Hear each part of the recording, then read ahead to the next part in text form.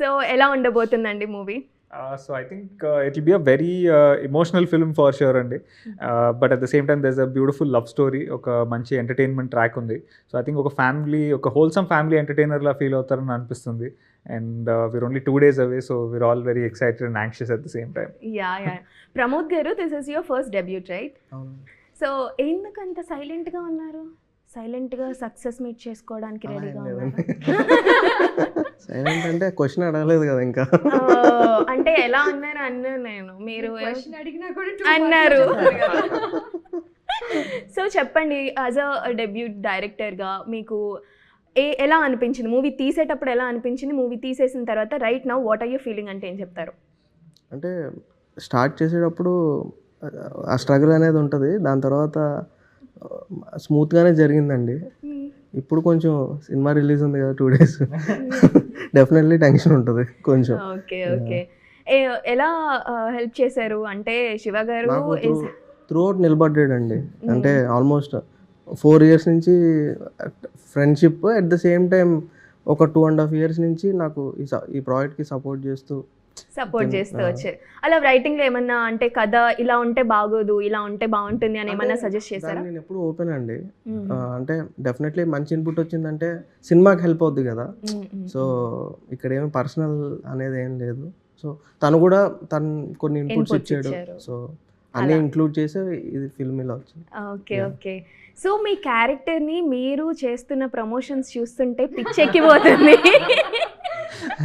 అసలు ఎవరు రాస్తున్నారండి content? I really want to know. అంటే కాన్సెప్ట్స్ ఐ వుడ్ సే ఈ క్రెడిట్ మేమే తీసుకోవాలి, మేమే రాసుకున్నది.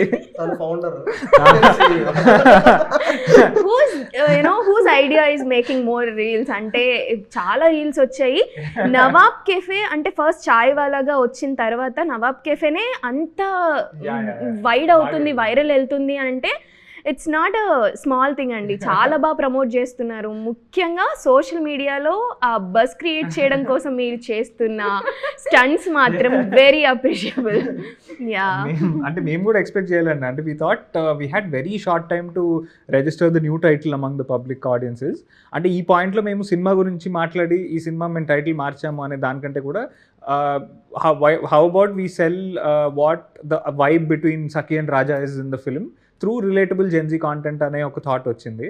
సో అలా మాకేమనిపించింది అంటే, because like when we're talking about love story, ఇప్పుడు చిన్న things that a girl notices in a guy, small things that a guy notices in a girl, ఇవి ఇన్స్టెంట్గా కనెక్ట్ అవుతారు. And through that we wanted to say, oh what, మీకు ఇవన్నీ కనుక నచ్చినట్టయితే డెఫినెట్గా మా సినిమాలో మా కెమిస్ట్రీ మీకు నచ్చుతుంది, and then you can go watch it. So we wanted to market ourselves as the face of the film or the vibe of the film in general. Within 30 seconds, oh my goodness, అసలు millions of views kada.